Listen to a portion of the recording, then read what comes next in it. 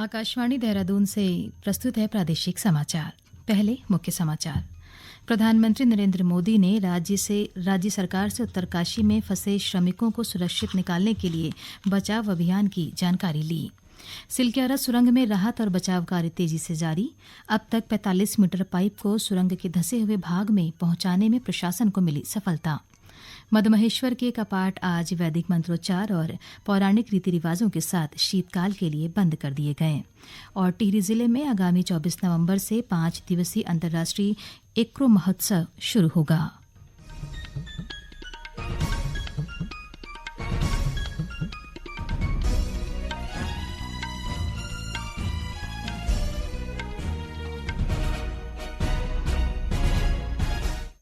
नमस्कार। समाचारों के साथ मैं योशिता पांडे। अब समाचार विस्तार से।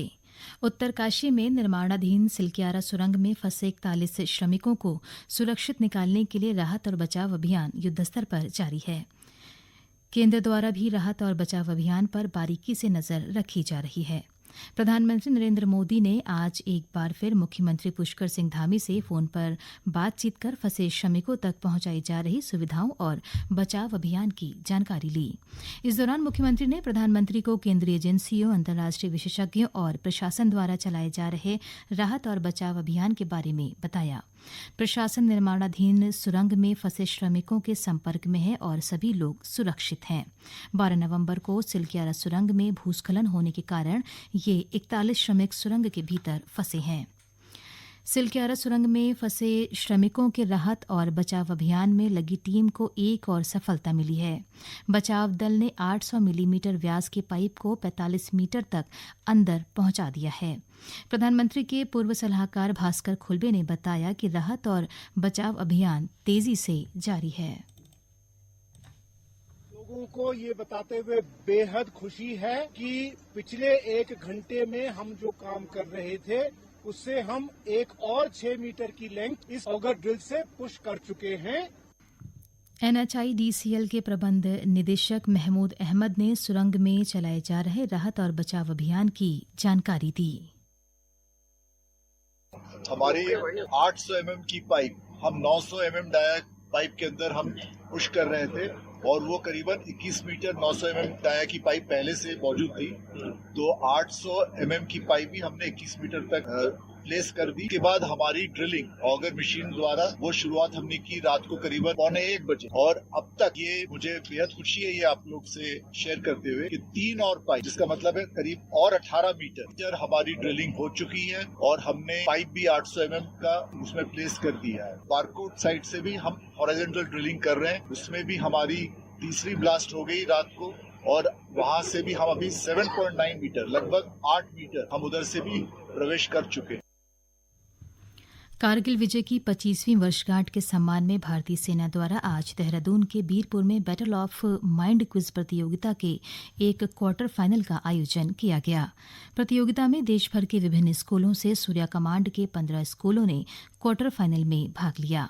इस दौरान 6 टीमों ने सेमीफाइनल के लिए क्वालिफाइड किया, जो कल IMA में होगा। यह प्रतियोगिता एक विशाल इंटर स्कूल क्विज है जिसमें 32,441 स्कूलों ने ऑनलाइन टेस्ट में भाग लिया था और इसमें से 216 टीमें क्वार्टर फाइनल के लिए सफल हुई हैं। पर्यावरण संरक्षण के क्षेत्र में बीते 40 वर्षों से काम कर रहे रुद्रप्रयाग जिले के पर्यावरणविद जगत सिंह जंगली को 25 नवंबर को उधम सिंह नगर में होने वाले अंतर्राष्ट्रीय समारोह में प्राइड ऑफ एशिया पुरस्कार से सम्मानित किया जाएगा। समारोह में सामाजिक, शिक्षा, पर्यटन और पर्यावरण के क्षेत्र में सराहनीय कार्य करने वाले भारत के अलावा श्रीलंका, नेपाल, इंडोनेशिया सहित 30 देशों के लोगों को सम्मानित किया जाएगा। राज्यपाल लेफ्टिनेंट जनरल गुरमीत सिंह सेवानिवृत्त ने कहा है कि भ्रष्टाचार को जड़ से समाप्त करने में ऑडिटर महत्वपूर्ण भूमिका निभा सकते हैं। उन्होंने कहा कि तकनीकी और आर्टिफिशियल इंटेलिजेंस की मदद से संस्थाओं में भ्रष्टाचार में कमी लाने में मदद मिल सकती है। वे आज देहरादून में ऑडिट सप्ताह के अवसर पर CAG role in promoting good governance विषय पर आयोजित सेमिनार में बोल रहे थे।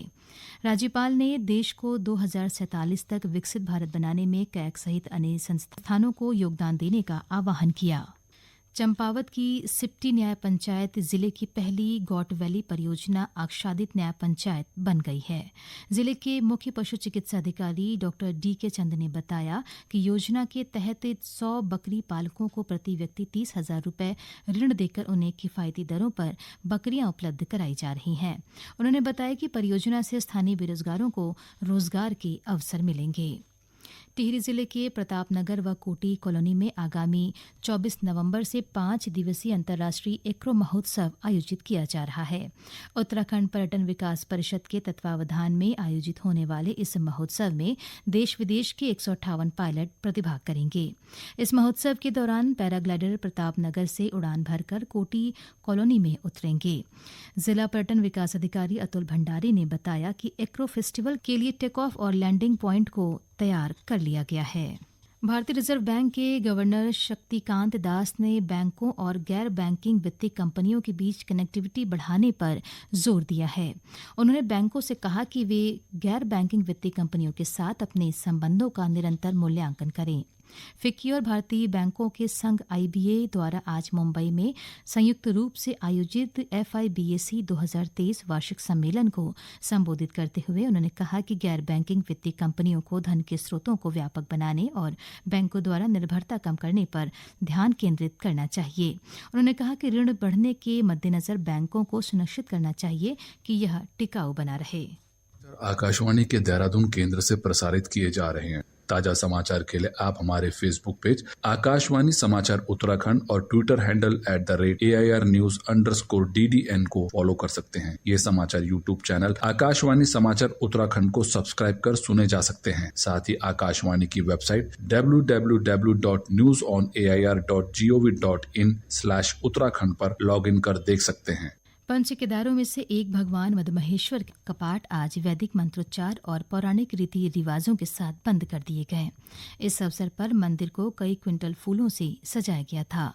भगवान मदमहेश्वर की चलविग्रह उत्सव डोली कल गोंडार गांव से प्रस्थान होकर रात्रि प्रवास के लिए राकेश्वरी मंदिर रासी पहुंचेगी। इसके बाद 24 नवंबर को डोली रात्रि प्रवास के लिए गिरिया गांव पहुंचेगी, जहां से अगले दिन चल विग्रह उत्सव डोली शीतकालीन गद्दी स्थल ओंकारेश्वर मंदिर में विराजमान होगी। शीतकाल के दौरान अगले 6 महीने भगवान मदमहेश्वर की पूजा अर्चना ओंकारेश्वर मंदिर में की जाएगी। विकसित भारत संकल्प यात्रा का रथ विभिन्न जनजातीय गांव से होते हुए आज देहरादून जिले के अटाल और उधम सिंह नगर जिले धूसरी तथा बरखेड़ा गांव पहुंचा। इस दौरान लोगों ने पारंपरिक वेशभूषा के साथ रथ का स्वागत पारंपरिक वाद्य यंत्रों से किया। इस अवसर पर आयोजित कार्यक्रम में सरकार के विभिन्न विभागों के स्टॉल लगाए गए और अधिकारियों ने ग्रामीण को सरकार की जन कल्याणकारी योजनाओं की जानकारी दी। कार्यक्रम के दौरान विकसित भारत संकल्प का शपथ ग्रहण कार्यक्रम आयोजित किया गया। कार्यक्रम में केंद्र सरकार की योजनाओं का लाभ आसानी से मिलने पर लाभार्थियों ने सरकार के प्रति आभार व्यक्त किया। केंद्र सरकार के संयुक्त सचिव व प्रभारी अधिकारी डी सेंथिल पांडियन ने कल से शुरू हो रही विकसित भारत संकल्प यात्रा की तैयारियों के संबंध में हरिद्वार में संबंधित अधिकारियों की बैठक ली। संयुक्त सचिव ने बताया कि विकसित भारत संकल्प यात्रा का मुख्य उद्देश्य सरकार द्वारा चलाई जा रही योजनाओं का लाभ आम लोगों तक पहुंचाना है।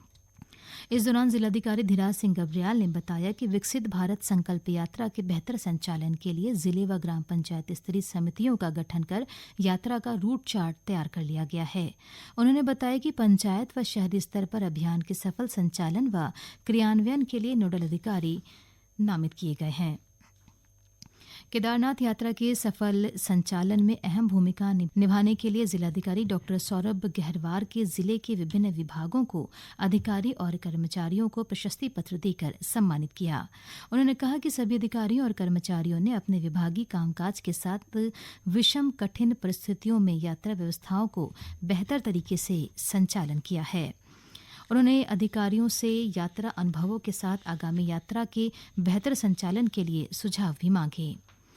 उत्तराखंड राज्य स्तरीय विद्यालयी ताइक्वांडो प्रतियोगिता आज से बागेश्वर में शुरू हो गई है।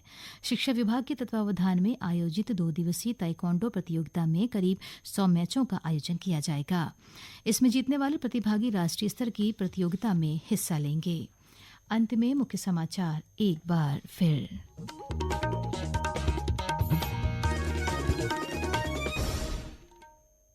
प्रधानमंत्री नरेंद्र मोदी ने राज्य सरकार से उत्तरकाशी में फंसे श्रमिकों को सुरक्षित निकालने के लिए बचाव अभियान की जानकारी ली। सिलक्यारा सुरंग में राहत और बचाव कार्य तेजी से जारी। अब तक 45 मीटर पाइप को सुरंग के धंसे हुए भाग में पहुंचाने में प्रशासन को मिली सफलता। मदमहेश्वर के कपाट आज वैदिक मंत्रोच्चार और पौराणिक रीति रिवाजों के साथ शीतकाल के लिए बंद किए गए। और टिहरी जिले में आगामी 24 नवंबर से 5 दिवसीय अंतर्राष्ट्रीय इक्रो महोत्सव शुरू होगा। इसके साथ ही प्रादेशिक समाचार का ये बुलेटिन समाप्त हुआ। नमस्कार।